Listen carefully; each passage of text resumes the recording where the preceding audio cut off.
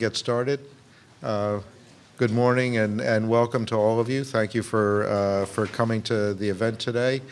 I'm Jerry Firestein, currently the Director for Government Relations, Policy and Programs here at the Middle East Institute. I'm pleased to welcome you to today's panel, which will delve into the recent successes and future challenges facing the new generation movement in Iraq. This opposition political party was formed in January of this year and was able to run and win seats in both the Iraqi and Kurdistan parliaments in May. The party ran on a campaign of increased opportunities for youth, minorities, and women, as well as a plan to combat corruption. Their electoral wins raise the question of how newly elected leaders will address these complex issues. We're fortunate to have with us today Shaswar Abdulwahid, the president of the New Generation Movement in Iraq. He is the founder of NRT Media. He also launched the No for Now campaign against the Iraq Kurdistan independence referendum, in addition to launching Kurd News, a news station devoted to the political movement. He's currently focusing his attention on media investment in order to inform citizens of their rights through the media. Here to moderate the conversation is MEI Scholar Daniel Serwer. Dan directs the Conflict Management Program at the Johns Hopkins School of Advanced International Studies. He's also a senior fellow here at the Middle East Institute, as well as the Center for Transatlantic Relations. His current interests focus on the civilian instruments needed to protect U.S. national security, as well as transition and state building in the Middle East, North Africa, and the Balkans. Before I turn it over to Dan, let me go over a few housekeeping items. First, we ask that you silence your cell phones, but remember to tweet your thoughts and questions using the hashtag MEIIraq. If you're a regular attendee at MEI events, be sure to buy your tickets for MEI's annual gala and register for the annual conference, which will take place next Wednesday and Thursday, November 7th and 8th, at the Marriott Wardman Park Hotel. You can find details on our website, and we hope to see you all there. And with that, please join me in welcoming Shaswar and Dan.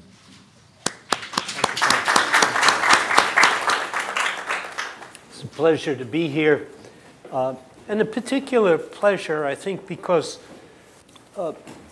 Iraq, though not heaven on earth, is not the worst place in the Middle East these days. And the fact of the matter is that we've now seen a process of government formation in Iraq that is more open in some respects than in other countries in the Middle East, and more responsive to its population. And one of the ways it was responsive, the parliamentary election was responsive to its population, is in giving this new generation movement 4 seats in Baghdad, 8 seats in Erbil. Not bad for a first-timer. But Shaswar, you're here in Washington.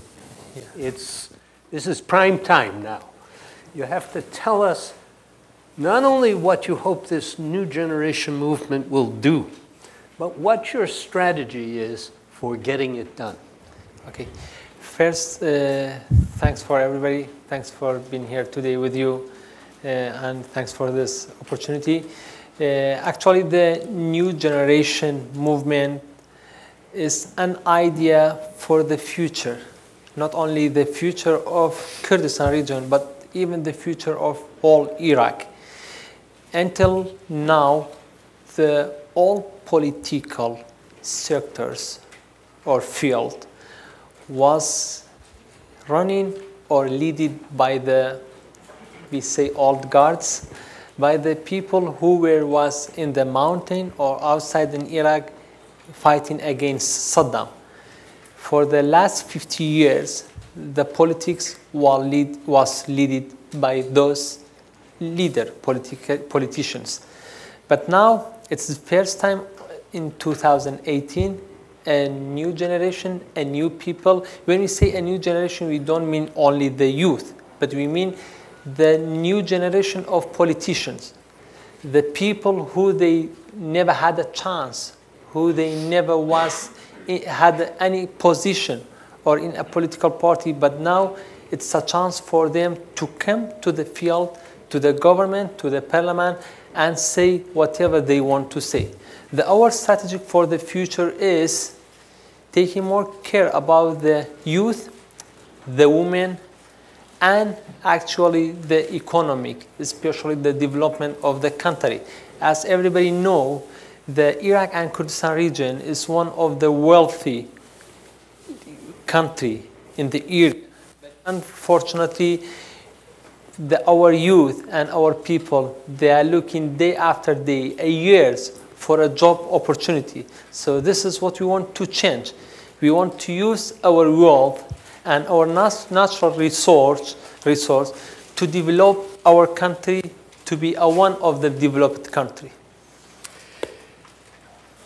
But you only have 8 seats. I've forgotten how many seats there are in the Kurdistan Parliament. 111.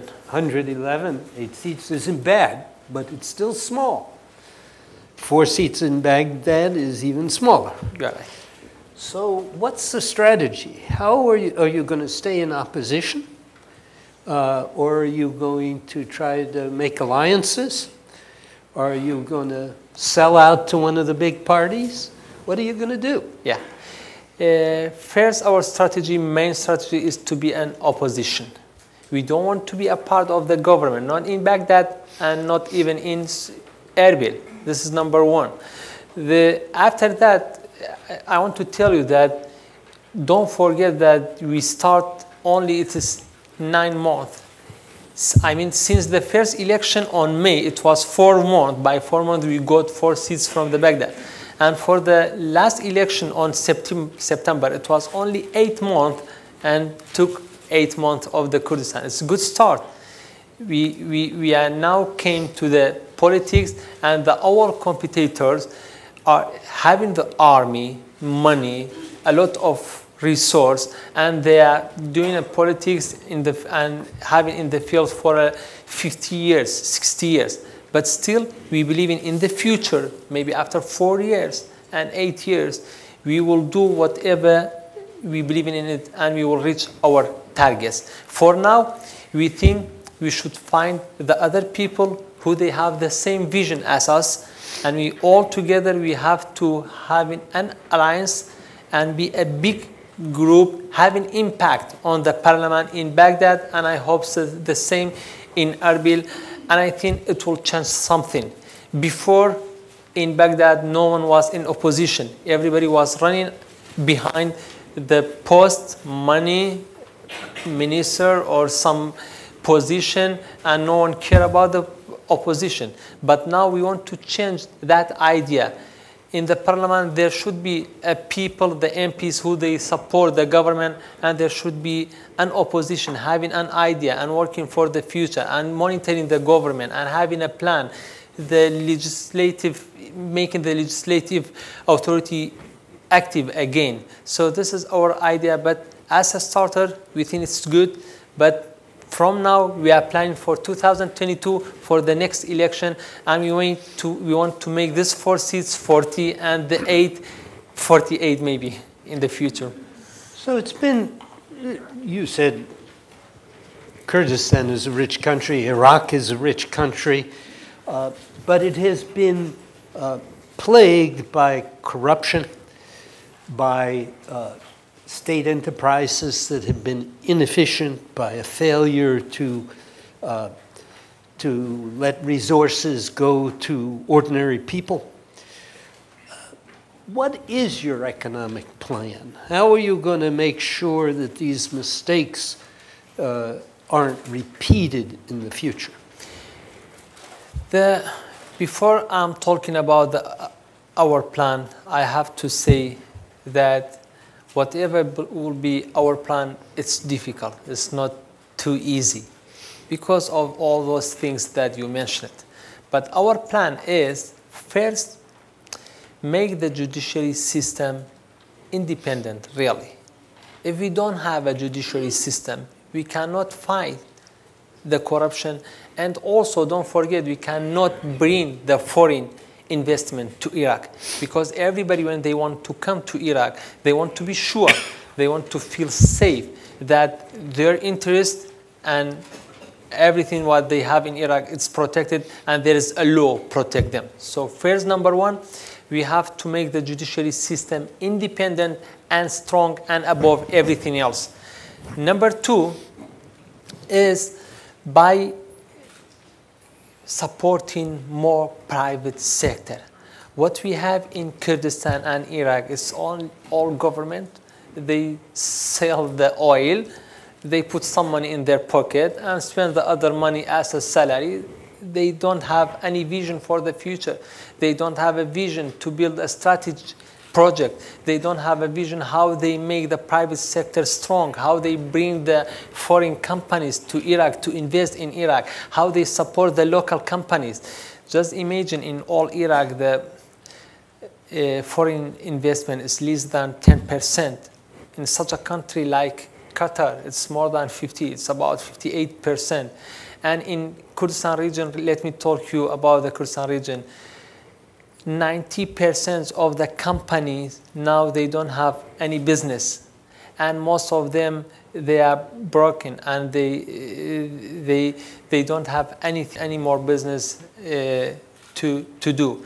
Why? Because we don't have a real private sector. What we have is the political party, the leader of the political party, they control everything, and they have their own company as a private sector company, but it's not private sector, because private sector, it means everybody come to the field, do competition, doing whatever they think is good for their country.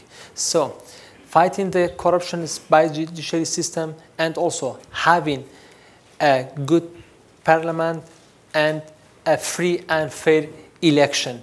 This is three problems that until now we didn't succeed. We don't have all those things independent or effective. But in the future, if we have those three institutional, strong and effective, then we could support the private sector and fighting the corruption. Maybe I can press you for a little bit more detail. Iraq is a rich country because of oil. Right. What would you do with the oil revenue that's different from what's being done today?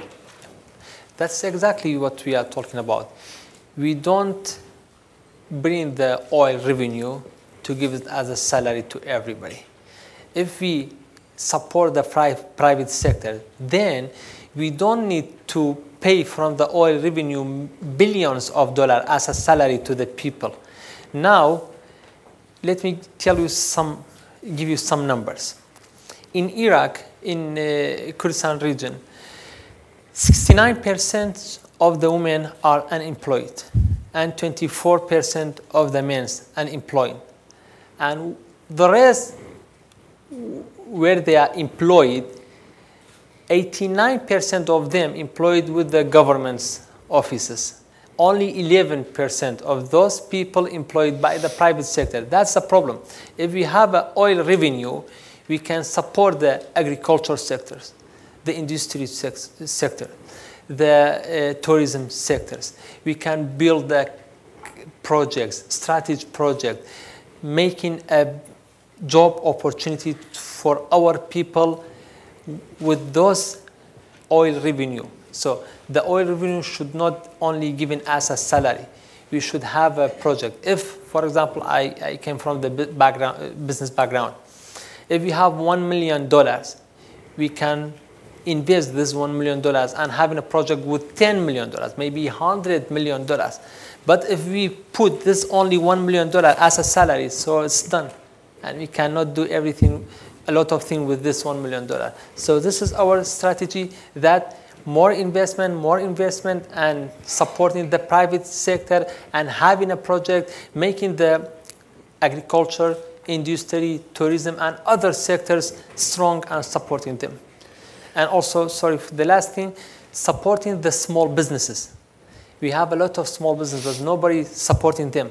For example, I had a small company, but I support as 300 youth when they had the small businesses. And each of them brought 1, 2, 3 people to employ it. So that's how we can support the private sector and finding a job opportunity for everybody.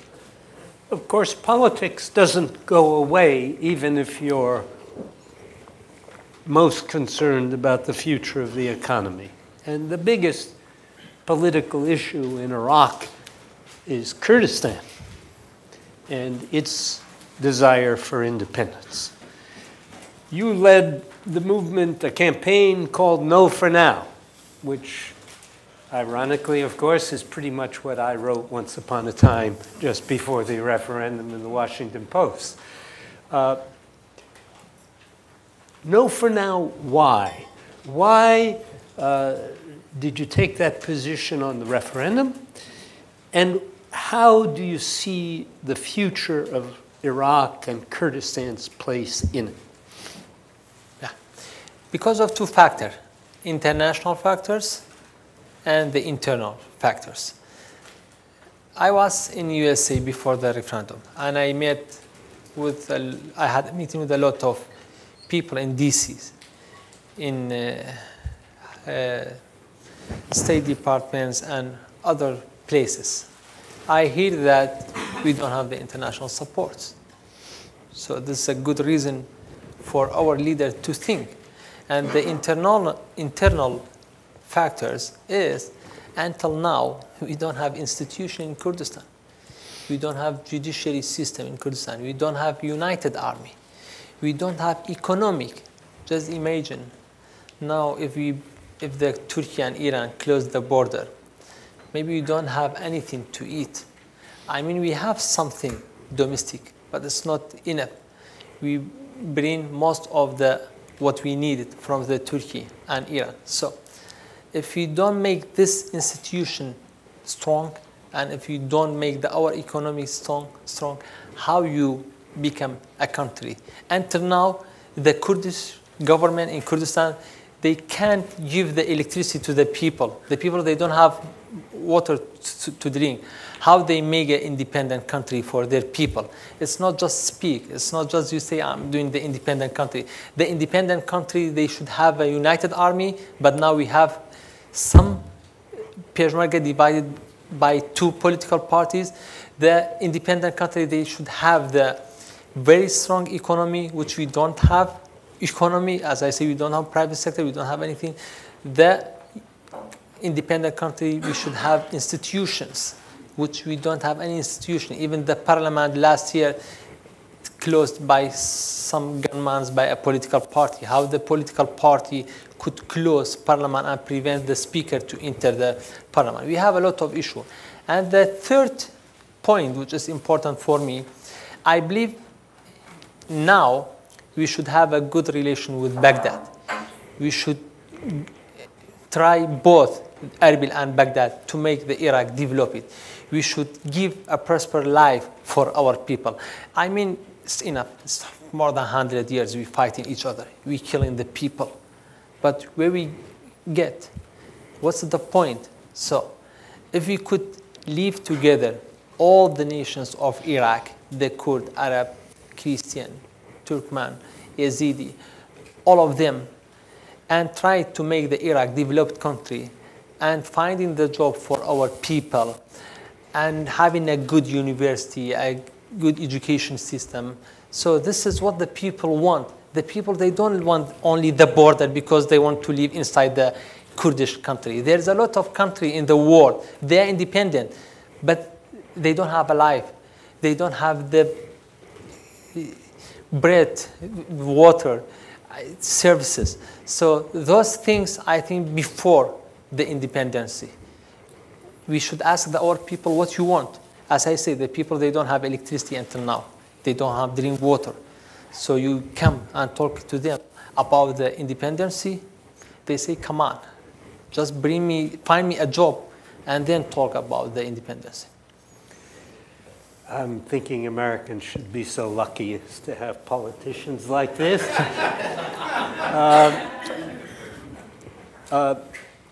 I'm tempted to turn to the audience for questions. Sure. But did you have anything in addition you wanted to say before I do that? No. So the floor is open. Please, introduce yourself. No speeches, but I think there should be a mic. Hello? Hello? Microphone? I think I turned to questions earlier than the organizers had anticipated, but I'd already decided whom to vote for, so, you know. There we go. Thank you. Can you hear me? My name is Dilman Abdulkader, Director of the Kurdistan Project at the Endowment for Middle East Truth. Kak Shaswar, my question for you is, how do you plan on penetrating through, you mentioned earlier that the two parties control the military. They're armed parties. They're not your average political parties, like, for example, like yours or the Change Movement. How do you plan on penetrating through, and to a degree you have in Slemani, but how do you plan on penetrating through Erbil, Dahok, Zaho, where these, the KDP has such strong loyalties in addition to their armed groups? And also my secondary question is the issue of transparency. You understand that the Kurdistan region has a lot of wealth. How can we reveal all this, this wealth? Who has all these, where is all this wealth has gone? Thank you. Thank you. Actually, about the security issues and the Peshmerga, I think the situation in Slemani and Erbil, they are so close to each other. It's right, maybe there is a small difference, but at the end, the Peshmerga, led by the political party, and they give them the salary and logistic issue. For us, it's important that in the future, and I think there is an international plan, especially by the US and UK government, they have a plan for the next 8 years to make at least a big part of the Peshmerga to be independent. I think it's not easy, and it's not done by one day, one night, but I think it's a project for the future. All of us, we should think and try to make the Peshmerga independent. We should have the national army instead of the political parties Peshmerga. So this is our plan. This is, and the good news is the international community's plan. All of us, we will try to making this sector better in the future. About the transparency, also, I think, as I say, it's not easy. Don't forget, if we do a real, even if the KDP and PUK doing a real reform, they will fall. Because, for example, let me tell you some sample. The head of the colleges in the universities, they belong to one political party. It's not whose professor he's good, they make them they give him a responsibility. No, who has the loyalty of the political party? In the schools, the teachers who they have a loyalty of the political party, the government give him opportunity to be a manager, not the teacher who they, I mean, reading more or having researching more or doing well in the education. In the all other sectors, it's the same. So if we do, if they do, the government, the KRG, do the reform now, they will fall because all their system built it on the loyalty to the political party. For us, we hope that in the future, day after day, year after year, we're doing a reform step by step and trying to encouraging the people to making them creative, and who more creative will have a good position, and that will be change a lot of things. But until now, the judiciary system, the other system, most of them, they have a loyalty of the political parties, so we can't change anything. If we send someone to the court, nobody, I mean, asking him or judging him. Just another sample. Some protester 7 years ago, they killed by a government officer, and now he's asking by a court.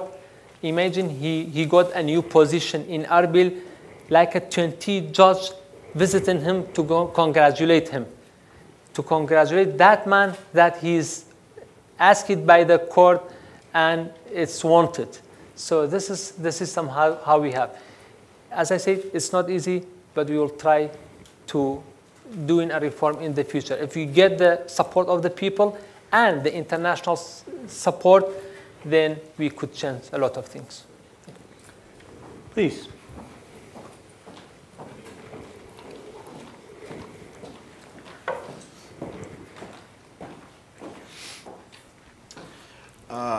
My name is Mark Habib. I teach at Georgetown University, and I'm also with the London-based Arab Weekly newspaper.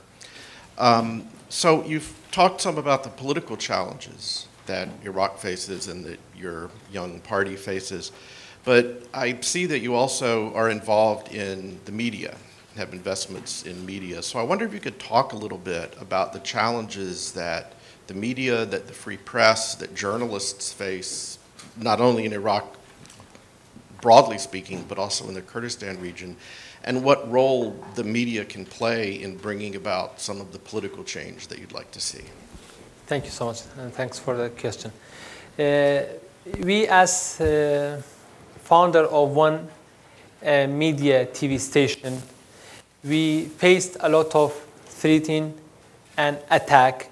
Even myself, I had the assassination attempt on 2013 because I was funding a media TV station, and they burned down our TV station, and they are killing the journalists in Iraq and in Kurdistan region. They are treating the people, and in the other hand, they try to buy the journalists to having a lot of media, TV, newspapers. So sometimes they attacking you by creating or establishing hundreds other media stations, journalists, TV station.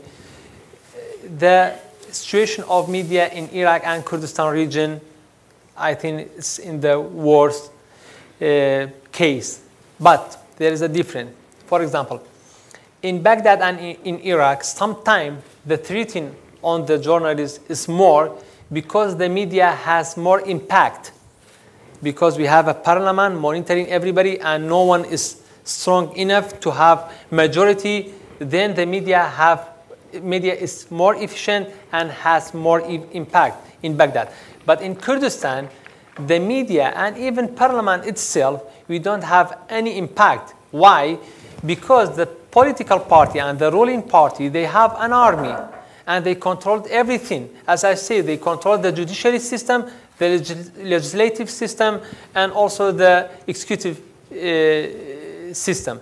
So no one listening to media. We don't have the court even if we have cases.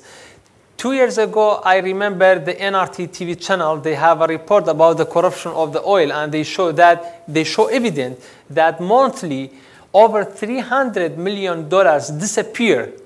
Just imagine what the court and the judiciary system did. They sent NRTs to court and asking him, where you got this evidence?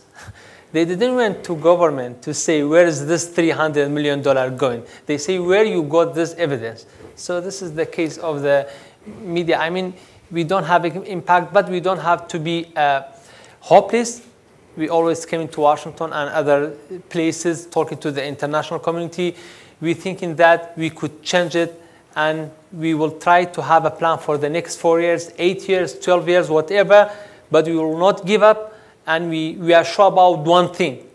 If we don't support the democracy and free media in Iraq, then we will not have the stability in Iraq in the next 10 years. Because the people, year after year, they will be disappointed and hopeless about the political situation and not going to vote. And what will be the alternative if the people don't believe in or losing their believing in the democracy process and election? I think the alternative will be the violence. So that's why everybody should support the democracy in Iraq and Kurdistan region and free media, and also supporting the free and fair election. Right behind that. I'm Peter Humphrey, Intel analyst and a former diplomat. I'm wondering, you're mature enough now and big enough now to take international outreach pretty seriously. And so I'm wondering on that front what you've been doing, what you would like to do, why you want to talk to certain entities, what you hope to get from them, learn from them. For example, do you chat with the HDP in Turkey? Do you avoid chatting with the HDP in Turkey? So this kind of thing. What's your international strategy? Sir.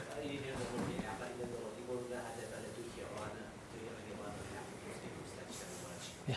First, about the international relations, and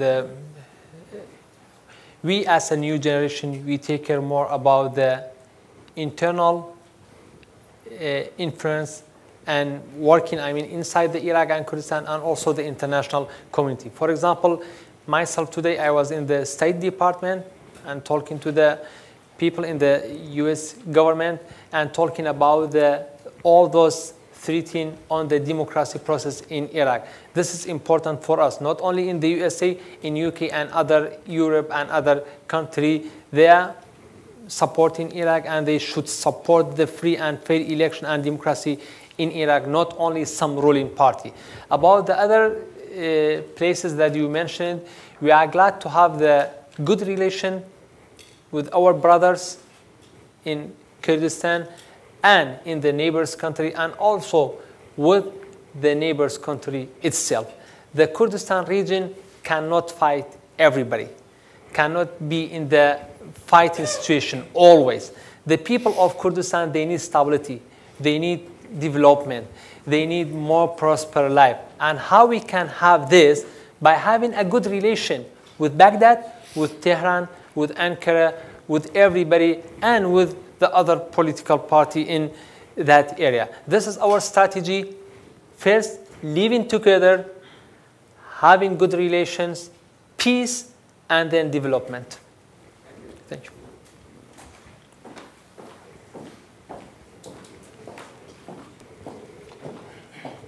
Thanks.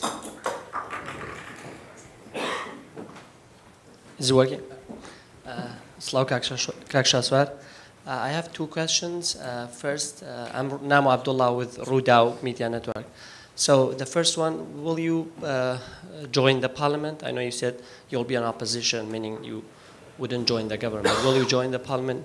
And the second one, I want your take on the current level of tensions between the KDP and PUK.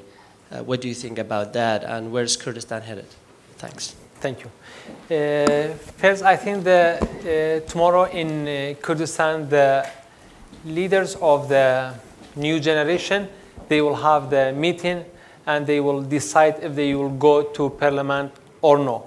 Until now, what we hear from our voters and our people in Kurdistan region and also the international community, they are supporting, they are,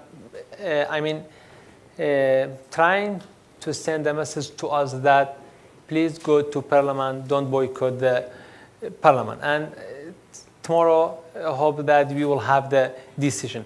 About the relation between PUK and KDP, I know there is something happening now, but personally, I think at the end, the PUK and KDP, they agree because they have common interest.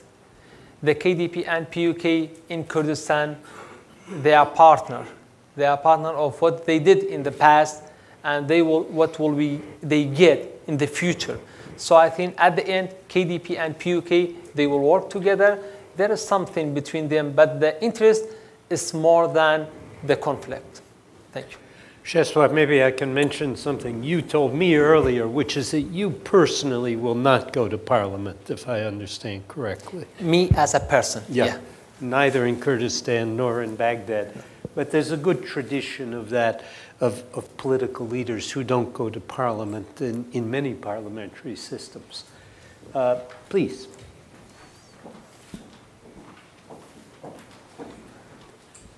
I'm Ken Meyercord. A number of Iraqi leaders have called for the immediate withdrawal of American troops from Iraq. Where does your party stand on that issue? For us, to be honest, I think the new Iraq, the US government did a good job before on 2003 when they changed the system and the Saddam regime and brought a new system. And for me personal, I think having those army in Iraq and Kurdistan region, for the moment, it's necessary because it supports the stability in Iraq and in Kurdistan and making the influence of maybe some other country list, because otherwise we saw after the 2014 when the US Army, most of the US Army went out from the Iraq, what happened? We got the ISIS. So I think for me, it is good we have those army in Iraq and Kurdistan region. I have questions over in this corner, and then I'll go to the back. Hi, Ryan Greenwood, Heartland Alliance International, based in Suleimania. So I know you just talked about outreach a little bit earlier. I'm interested to know a little bit more about your specific strategy for the private sector in Kurdistan and how you plan to build that up, specifically working with internal investors. Thank you. As I said, first we have to support the private sector inside the Iraq and Kurdistan, and second, to encourage the other international or foreign companies to enter the Iraq. How? By changing some rules first to encourage them to come to Iraq and Kurdistan. Second, by doing a reform from the judiciary system, because I met with a lot of US businessmen, and most of them saying, listen, the security, okay. First, they have a problem with the security issue. Second, they're afraid about the judiciary system. They say if we come to the Iraq and Kurdistan and if we have a problem with any of your company or even the government, where we have to go, to which court? This is a problem. So for us, our strategy is supporting the private sector and trying to have a real private sector in Kurdistan. If we have a real private sector in Kurdistan and Iraq, then those private sector, they will find a partner from outside of Iraq, and they will bring them, or at least they will have a trade between them. But now we don't have a real private sector. What we have in Iraq and Kurdistan, the political party, they are doing a business and politics together. And actually, they are not good in the business because they never got $100 by themselves. Just they can do, I mean, pushing someone and having a corrupt, and by this way they are doing a business. So it's not really a business or the private sector. So number one, supporting private sector. Number two, encouraging the foreign company to come to Kurdistan, and the strategy will be by changing some rule to supporting them, and also by making a reform from the judiciary system. This 2 points is very important, and I'm sure it will help and it will encourage the companies to come to Iraq. Would you support distribution of oil revenue to individuals, to the population? Actually, I think if you manage the revenue of the oil, as you mentioned from the beginning, with the good management, the people, they don't want the distribution of the oil revenue, because the distribution of the oil revenue is small. For example, now if, say, we have a $4 million and the budget for 1 year is $80 billion.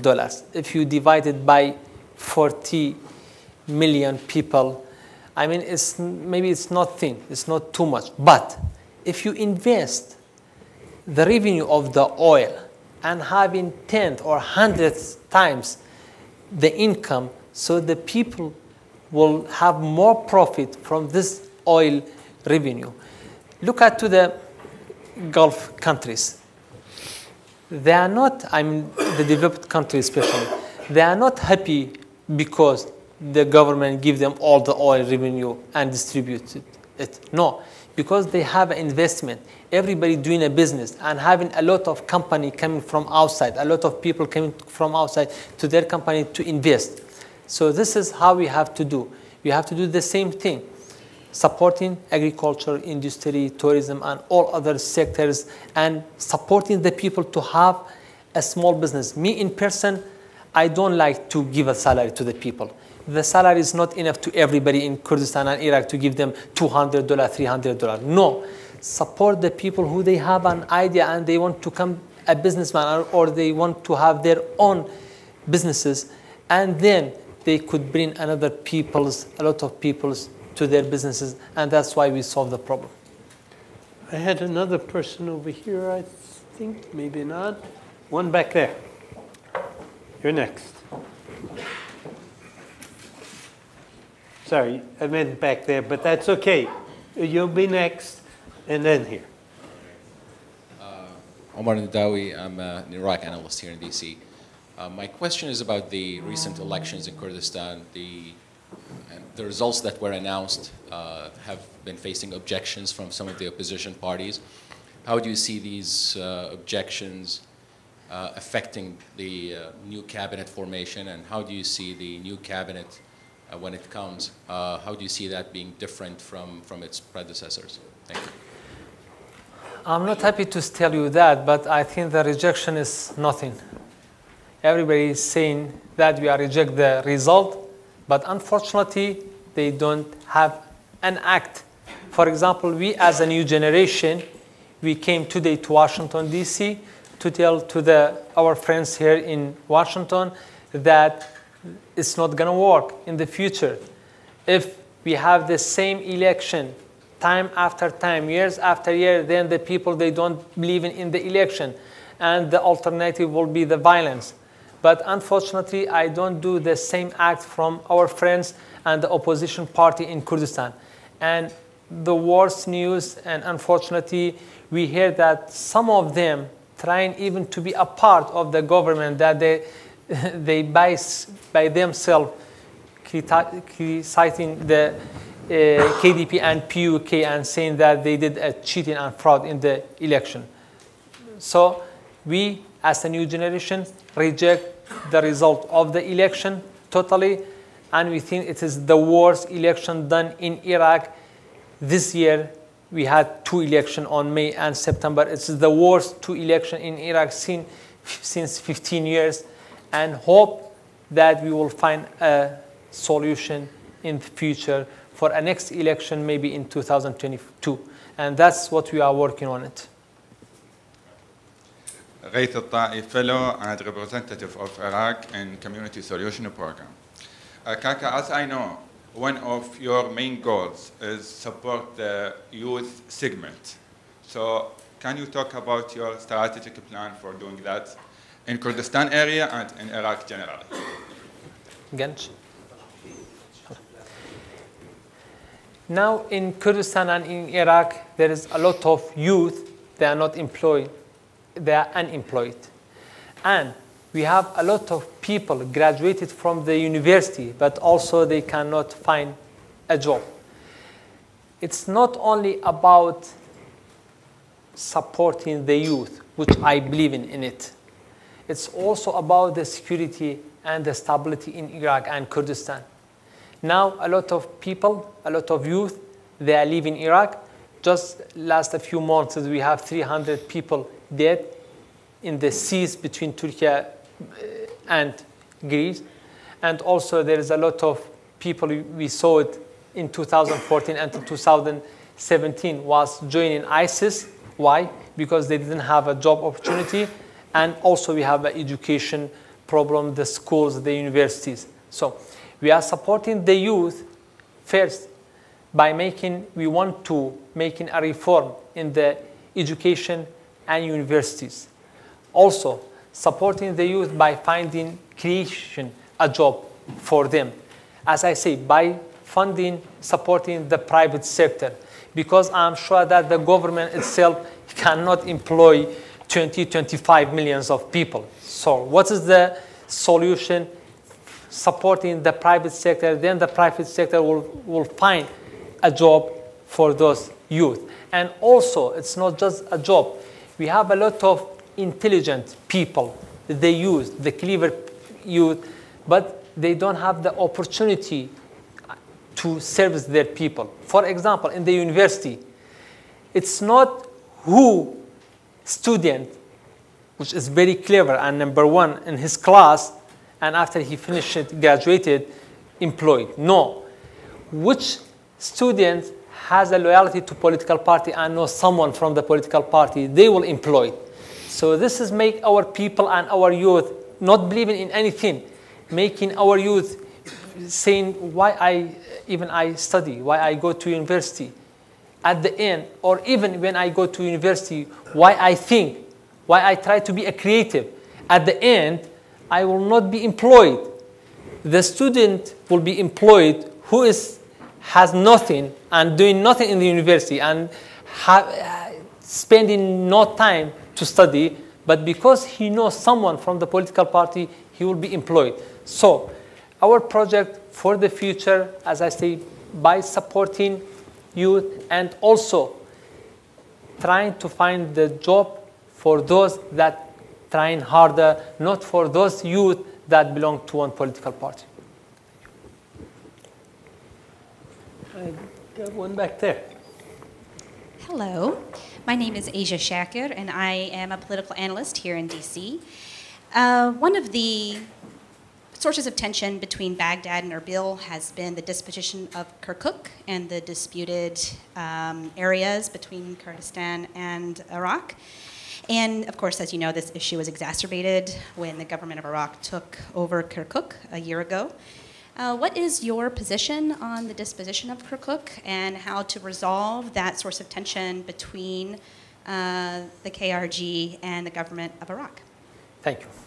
I think the people of Kirkuk, they don't have a big issue to living together as much as the politicians they have. I think the issue between the KRG and Baghdad, between Erbil and Baghdad, and the problem of the disputed area is only the politicians' problem. They are making those problems. Really, we don't have a problem on the ground. I'm sure if any government, the KRG or Baghdad or the local government of Kirkuk, give a prosperous life for their people, having a project, servicing their people, then the people of Kirkuk, Kurd, Turkmen, Christian, all other nations, will support that government. But now, the politicians, always they are doing the conflict or they are marketing for those political issues in disputed area because they get avoided. For example, in Kurdistan, the ruling party and two families, they always charging the people by hate speech on Arab and other nationality. And some groups in Baghdad doing the same thing. So I think the solution for Kirkuk is having a local government led by a people of the Kirkuk, and the first priority of this government is servicing the Kirkuk and the people of the Kirkuk. And I think the people of the Kirkuk will be happy, will support this government. If this government will be Kurd, Arab, Turkmen, I'm sure it doesn't matter. The people need a life, need a prosperous life. Just imagine why the people from, for example, before we had the situation, why the people of Turkey want to be a part of the European Union. Because the life is higher then, and there is a developed country and life there. In the Kurdistan, it's the same thing. If we make the Kurdistan region develop it, then the people of Kirkuk want to join the Kurdistan. And the opposite. If the rest of Iraq will be developed, maybe the people asking to go to join to Iraq. So it is about which government serving the people and giving a better sample to his people. Please. Hi, Dia Masin from the Anglo-Iraqi Study Center. You mentioned a lot about private sector, and as as we're all aware, in November there will be a set of sanctions further imposed on Iran. Iran is one of Iraq's #1 trade partners. Now, with the trade revenues that are provided from trade with Iran, how do you reconcile with those sanctions being imposed and the economic effect it has on Iraq, and what does your party believe in terms of those sanctions? I think we are not a part of the government and we don't have any decision on that. But of course, the companies should follow the international community's decision and also the Iraq government decision. But I think most of the trade between Iraq and Iran, it's allowed, even according to the last decision from the US government. It is small businesses, some materials that is not like prevented. The main big issue is about the money, cash from Iran to Iraq, from Iraq to Iran, and the oil and some other big businesses.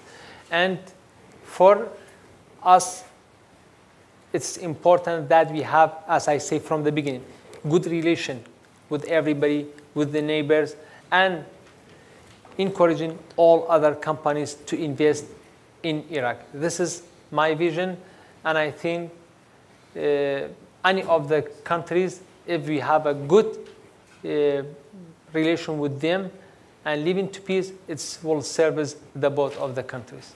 Thank you. Please.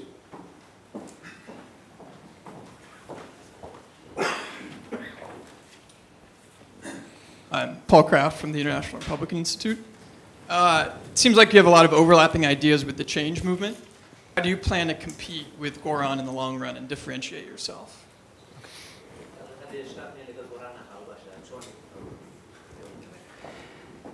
I hope that we will find the response from the Goran and other political parties which they are out of the PUK and KDP. All of us, we have to work together and we will create a strong allies and coalition and preparing ourselves for the next 4 years. If we don't do that, for us it will be harder. If all other political parties going with KDP and PUK and be a part of the government, it will be harder for us, but we will not give up.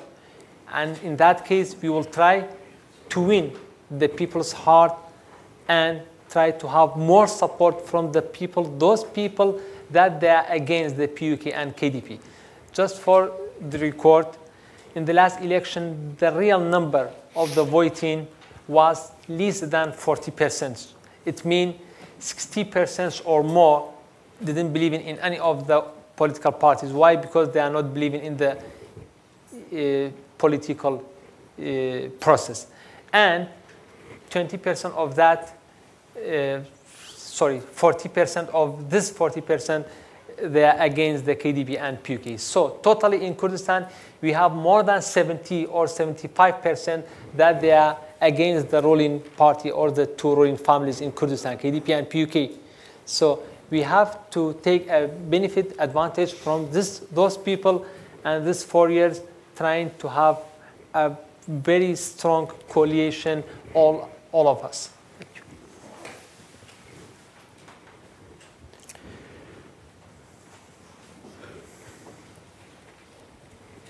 Hi there, Lauren Head from Partners Global. My question is similar to one that was asked before.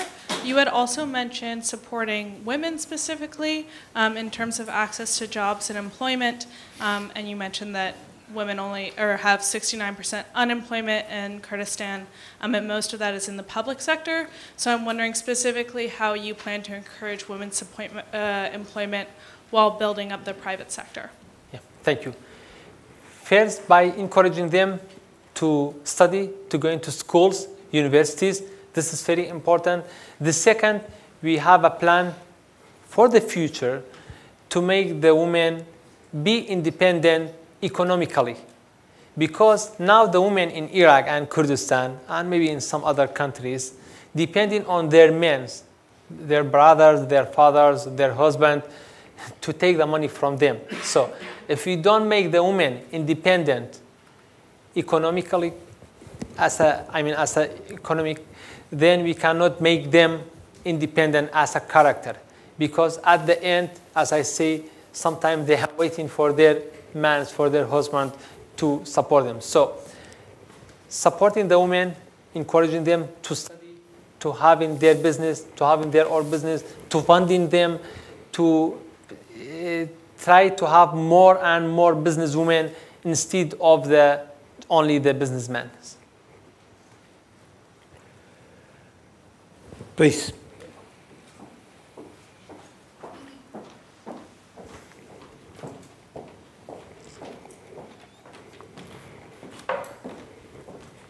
Thank you very much, Alexander Kravitz from Insight. Thank you very much for your presentation. I have a couple of questions, if I may. You're a founder of NRT, and you're a founder of the New Generation Movement. What is the relationship between the party and the media conglomerate? Also, to go back to the elections, I understand that you got, in the May election, you got about 150,000 votes, and that went down to about 120,000 votes for the May election. So I'm wondering, what do you think accounts for the decrease in votes? And in response to one of the questions, you were talking about good relations with neighbors, and you mentioned, Ankara, Washington. Have you, in your talks with Ankara and in your talks here in DC, did you get any kind of pushback or questions about the alliance with the Tevgeri Azadi party in Baghdad, with whom you have the your four parliament seats? Because it's the Tevgeri Azadi party has sort of pro-PKK views, and I'm wondering if that's something that you were asked about. And finally, are you thinking of a more permanent presence, perhaps here in Washington, D.C., to talk to the Americans? Thank you. Thank you. First, about the first question, that the voice is, first was the media. Yeah, I'm the founder of the NRTs, and still we are funding these media institutions, but we want this media to be a media for everybody.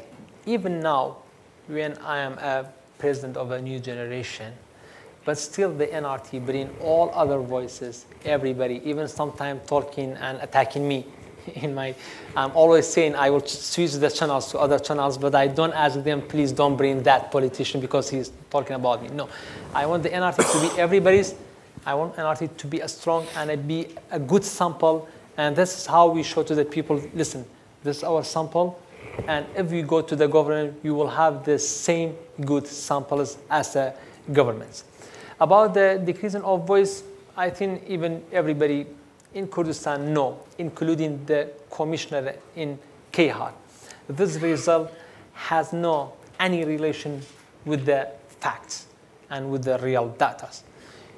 Somebody told us, even from the KDP and PUK, that our voice was much more than this voice that they announced. It's about 127,000, and they canceled about 20,000 of new generation because the KDP and PUK did a fraud, so they canceled all the voice inside the boxes, which is illegal. But anyway, we think that this election we were much strong than the previous election, and the feedback from the people is happy for us, and that's why we are working from now for 2022 to improve the election system and trying to have free and fair election in the future.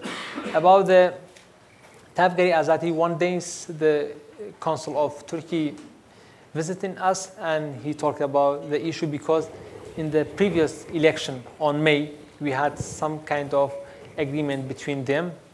He say, you have an agreement with Tevgeri Azadi. I say, listen, in Turkey you have SDP, HDP, and everybody knows that they are close to PKK. But still Mr. Erdogan asking them on 2015 to join a government, and you are dealing with them. In Kurdistan, it's the same thing. We are dealing with the political party, which they have alliances in Baghdad and Erbil, and they have offices in everywhere. We don't ask how you think and in your mind to whom you have a loyalty. But anyway, it was only for one election on May, and this election, we came to election alone. Thank you. I'm going to wrap things up by remarking that I find it very refreshing to hear this voice from Kurdistan and Iraq. Why do I find it refreshing? I find it refreshing that somebody is thinking hard about what foreign investment requires. I think it's refreshing that somebody is thinking hard about improving relations between Baghdad and Erbil. I find it refreshing that somebody is determined to remain in opposition, which is a good place in a decent parliamentary system. So I think you've won some friends in the room. We ourselves will go to vote on Tuesday. We won't have you to vote for, but we'll be thinking about how important it is that Iraq has come this far on the road towards democracy. Thank you for coming. Thanks for your time.